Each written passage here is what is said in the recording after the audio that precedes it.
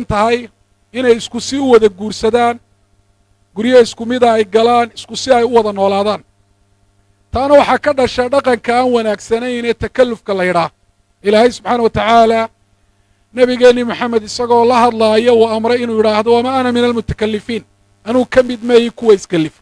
rasuulku socod iskuma kallifi jirin siduu ilaahay u abuuray buu socon jiray cunto iyo hooy iyo nolol adduunyana iskumuu kallifi jirin wixii suurtagala ilaahay gacantiisa soo geliyo ayuu noloshiisa ku salayn jiray hadal iskuma kallifi jirin siduu ilaahay u abuuray ayuu rasuulku calayhi salaatu wasalaam uu hadli jiray marka waxaan odhan lahaa si uu guurku u fududaado guurka takallufka aynu ka reebno waad maqlayseen hal inoo guursaday sheegay $60,000 inay ku baxeen guurkiisaas waxaa laga yaabaa lacagtaa badankeedu wax raasamaal oo ay ka tagtay inaanay jirin isagana inay ka baxday reerkii inanta uu ka guursadayna aanay waxba ka gaadhin dadkii meesha isugu yimi uun waxaan iyaga laftooda nafci badan u lahayn inay gaadhgaadheen oo lagu saydhsaydhiyey ayay u badan tahay waxaan ku idhaahdaa anigu dhallinyarta habliyaynamaba laba teebaa fiican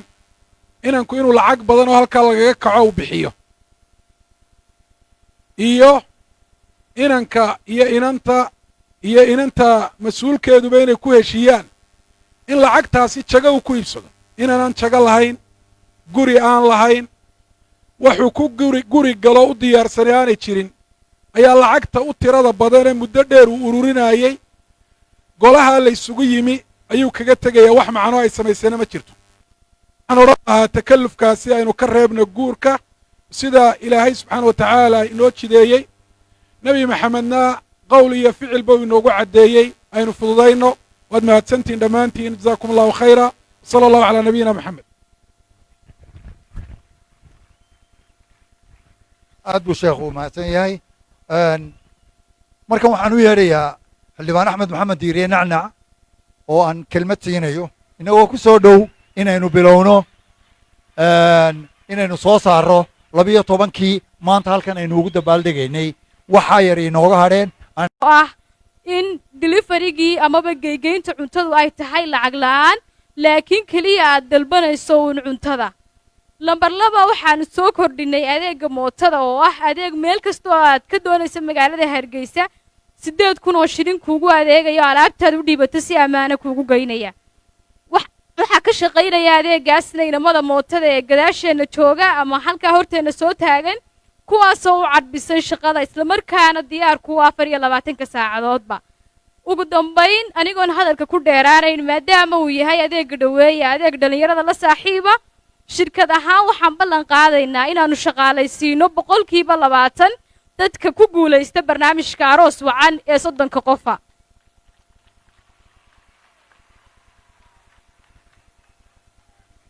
boqolkiiba 20 sababta aan u shaqaalaysiinaynaa waxa weeyaan adeegga dhoweeye waa adeeg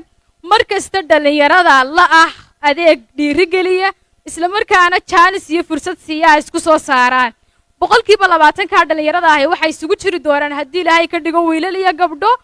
habka lagu soo xulaya iyo xulashadana waxaan iska kaashan doonaa shirkadda telesom haddii ilaahay ka dhigo ugu dambayn aan hambaliyo hordhaca qadimaada aan siiyo dadka guulaysan doona barnaamijkan anigoo la ilaahay reerihiinna ha idin barakeeyo kuwa aad ku intifaacdaanna ha idinka dhigo ilaahay subxaanahu wa tacaala